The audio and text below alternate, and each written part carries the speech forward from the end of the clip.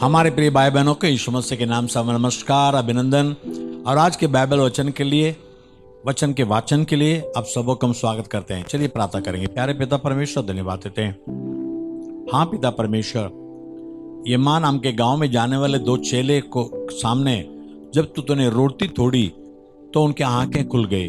वैसे आज तेरे वचन नामक रोटी को तो तोड़कर बता, ताकि लोगों के मन की आंखें खोलने दे, प्रकाश में होने दे। यीशु मसीह के नाम से मांगते पिता, आमीन और आमीन। दूसरा शामुएल 21 अध्याय। दाऊद के दिनों में लगातार 3 बरस तक अकाल पड़ा, तो दाऊद ने यहोवा से प्रार्थना की। यहोवा ने कहा, यह शाऊल और उसके खूनी घराने के कारण हुआ, क्योंकि उसने गिबोनियों को मरवा डाला था। तब राजा ने गिबोनियों को बुलाकर उनसे बातें की। गिबोनी लोग तो इजरायली में से नहीं थे, वे बचे हुए एमोरी में से थे, और इजराइल ने उनके साथ शपथ खाई थी। पर तो शाऊल को जो इजरायलियों और यहूदियों के लिए जलन हुई थी, इससे उसने उन्हें मार डालने के लिए यत्न किया था। तब दाऊद ने गिबोनी से पूछा, मैं तुम्हारे लिए क्या करूं और क्या करके ऐसा प्रायश्चित करूं कि तुम यहोवा के निज बाग को आशीर्वाद दे सको।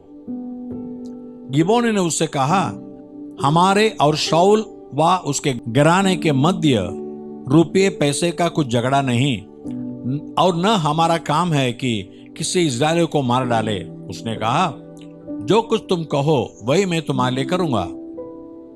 उन्होंने राजा से कहा, जिस पुरुष ने हमको नाश कर दिया और हमारे विरुद्ध ऐसी युक्ति दी कि हम ऐसे सत्यानाश हो जाएं कि इजराइल के देश में आगे को न रह सके, उसके वंश के 7 जन हमें सौंप दिए जाए, और हम उन्हें यहोवा के लिए, यहोवा के चुने हुए शाऊल के गिबा नामक बस्ती में फांसी देंगे। राजा ने कहा, मैं उनको सौंप दूंगा।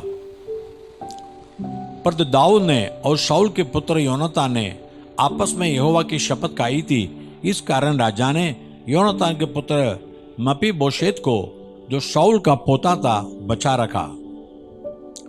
पर तो अरमोनी और मपीबोशेत नाम अय्या की बेटी रिस्पा के दोनों पुत्र जो शाऊल से उत्पन्न हुए थे, और शाऊल की बेटी मीकल के 5 बेटे, जो वह मगोलवासी बर्जिलै के पुत्र अदीएल की ओर से थी, इनको राजा ने पकड़वाकर गिबोनी के हाथ सौंप दिया, और उन्होंने उन्हें पहाड़ पर यहोवा के सामने फांसी दी, और 7 एक साथ नाश हुए।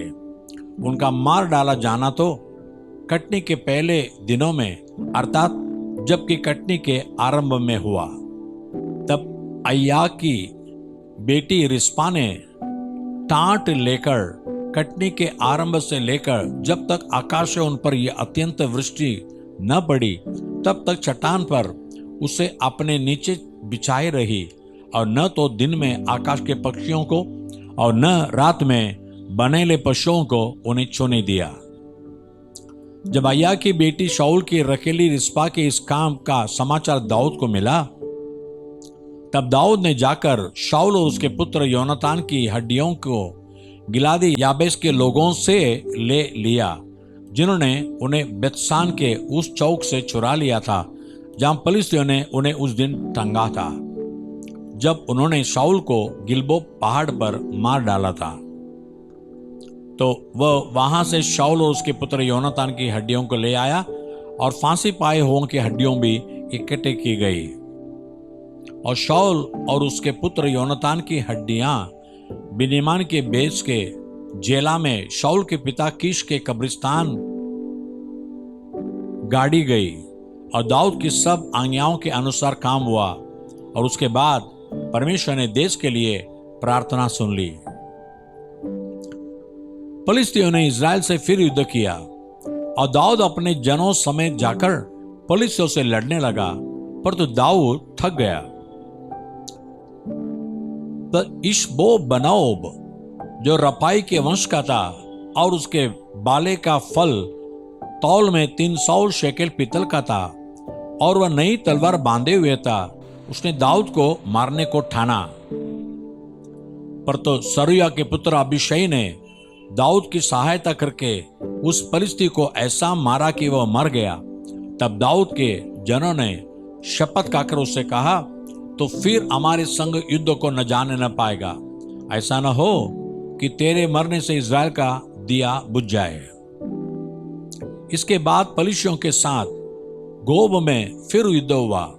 उस समय उशाई सिबखई ने रपाई वंशी सबको मारा और गोब में पलिश्तियों के साथ फिर युद्ध हुआ।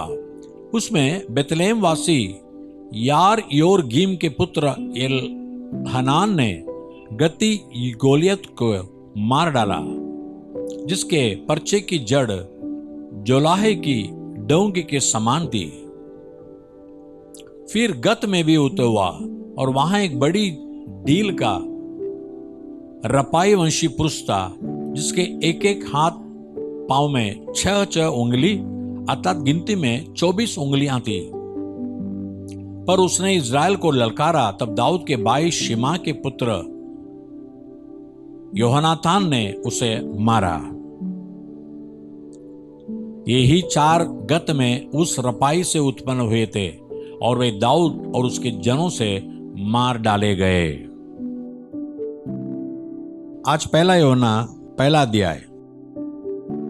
उस जीवन के वचन के विषय में जो आदि में से था, जिसे हमने सुना और जिसे अपनी आंखों से देखा, वरन जिसे हमने ध्यान से देखा और हाथों से छुआ। यह जीवन प्रकट हुआ और हमने उसे देखा और उसकी गवाही देते हैं और तुम्हें उस अनंत जीवन का समाचार देते हैं जो पिता के साथ था और हम पर प्रकट हुआ।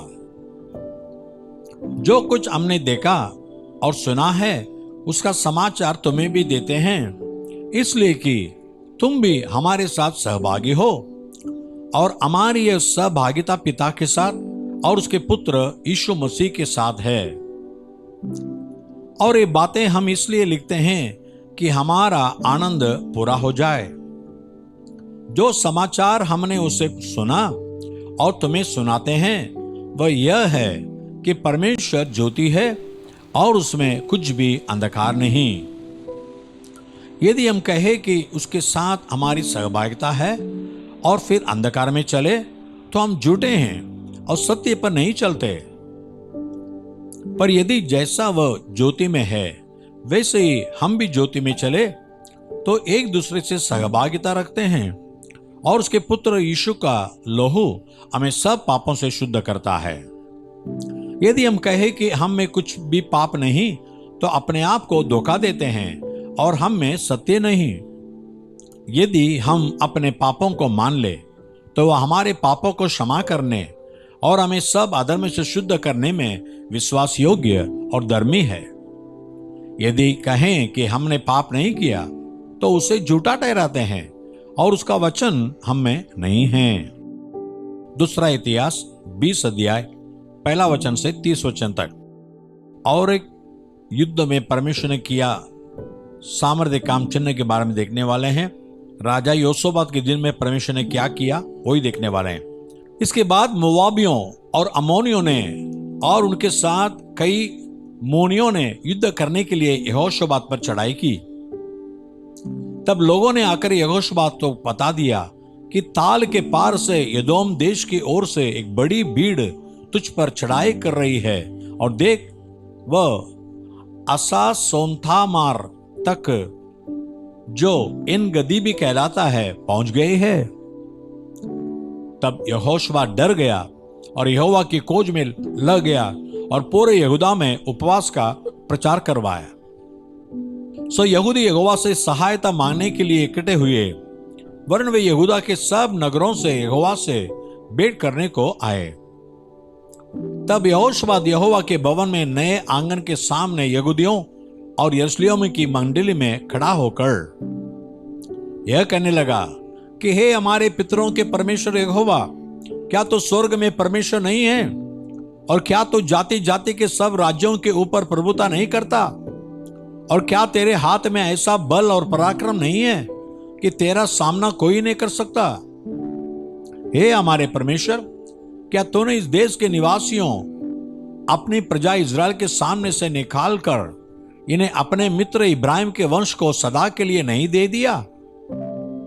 वे इसमें बस गए और इसमें तेरे नाम का एक पवित्र स्थान बनाकर कहा कि यदि तलवार या मरी अथवा अकाल व और कोई विपत्ति हम पर पड़े तो भी हम इसी भवन के सामने और तेरे सामने, तेरा नाम तो इस भवन में बसा है, खड़े होकर अपने क्लेश के कारण तेरी दुहाई देंगे और तू सुनकर बचाएगा।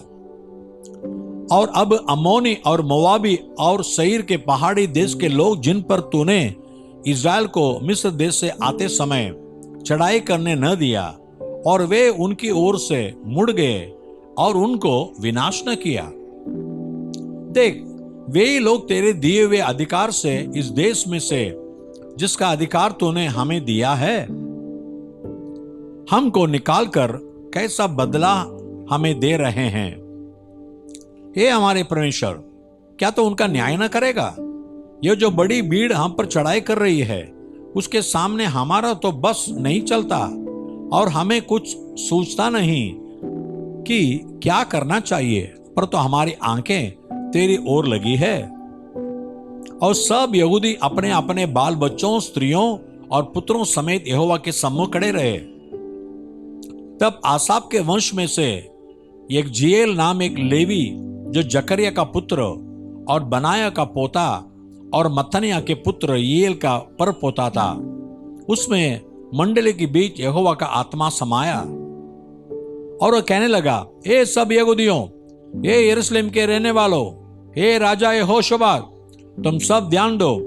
यहोवा तुमसे यूं कहता है, तुम इस बड़ी भीड़ से मत डरो और तुम्हारा मन कच्चा ना हो, क्योंकि युद्ध तुम्हारा नहीं परमेश्वर का है। कल उनका सामना करने को जाना। देखो, वे शीश की चढ़ाई पर चढ़े आते हैं और यरीएल नाम जंगल के सामने नाले के सिरे पर तुम्हें मिलेंगे। इस लड़ाई में तुम्हें लड़ना ना होगा। ये यहूदा और ये यरूशलेम ठहरे रहना और खड़े रहकर यहोवा की ओर से अपना बचाव देखना। मत डरो और तुम्हारा मन कच्चा ना हो।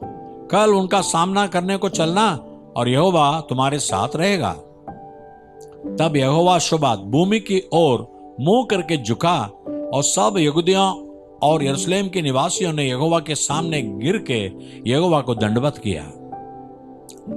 और कहातियों और कोरियों में से कुछ लेवी खड़े होकर इस्राएल के परमेश्वर यहोवा की स्तुति अत्यंत ऊंचे स्वर से करने लगे। बिहान को वे सवेरे उठकर तकोवा के जंगल की ओर निकल गए और चलते समय यहोवाश ने खड़े होकर कहा, हे यहूदियों, हे यरूशलेम के निवासियों, मेरी सुनो। अपने परमेश्वर यहोवा पर विश्वास रखो, तब तुम स्थिर रहोगे। उसके नबियों की प्रतीति करो, तब तुम कृतार्थ हो जाओगे। तब उसने प्रजा के साथ सम्मति करके कितनों को ठहराया, जो कि पवित्रता से शोभायमान होकर हथियार बंदों के आगे आगे चलते हुए यहोवा के गीत गाएं और यह कहते हुए उसकी स्तुति करें कि यहोवा का धन्यवाद करो, क्योंकि उसकी करुणा सदा की है।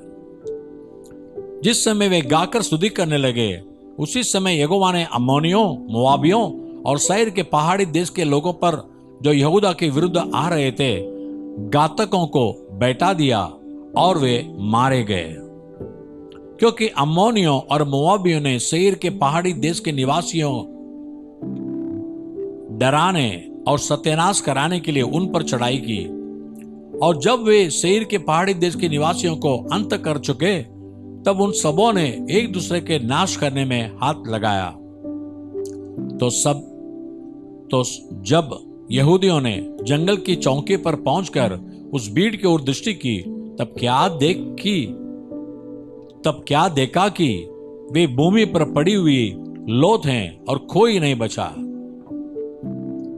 तब यहोशापात और उसकी प्रजा लूट लेने को गए और लातों के और लोथों के बीच बहुत सी संपत्ति और मन भावने गहने मिले। उन्होंने इतने गहने उतार लिए कि उनको न ले जा सके, वरन लूट इतनी मिली कि बटोरते बटोरते 3 दिन बीत गए। चौथे दिन में बराका नाम तराई में इकट्ठे हुए और वहां यहोवा का धन्यवाद किया। इस कारण उस स्थान का नाम बराका की तराई पड़ा, जो आज तक है। तब वे अर्थात यहूदा और यरूशलेम के नगर के सब पुरुष और उनके आगे आगे यहोशबात आनंद के साथ यरूशलेम लौटे, क्योंकि यहोवा ने उन्हें शत्रुओं पर आनंदित किया था। सो वे सारंगियां, वीणाएं और तुरियां बजाते हुए यरूशलेम में यहोवा के भवन को आए। और जब देश देश के सब राज्यों के लोगों ने सुना कि इजराइल के शत्रुओं से यहोवा लड़ा, तब उनके मन में परमेश्वर का डर समा गया। और यहोशबात के राज्य को चैन मिला, क्योंकि उसके परमेश्वर ने उसको चारों ओर से विश्राम दिया। प्यारे पिता परमेश्वर, धन्यवाद देते हैं जैसे यहोशबात ने प्रार्थना किया। प्रभु, स्वर्ग में तू ही परमेश्वर है, तेरे विरुद्ध कोई शत्रु ठहर नहीं सकता। आज वचन सुनने वाले के जीवन में भी स्वर्गीय परमेश्वर तू परमेश्वर बनकर रह। उनके विरुद्ध आने वाले शत्रुओं के सारे हथियार को तू नाकाम बना दे, सबको सत्यानाश कर दे और अपने लोगों को बड़े विजय, बड़े जीत दे दे। और शत्रुओं जो लूटने आए हैं, उनके सारे आशीष को लूट कर को दे दे। यीशु मसीह के नाम से मांगते पिता, आमीन आमीन।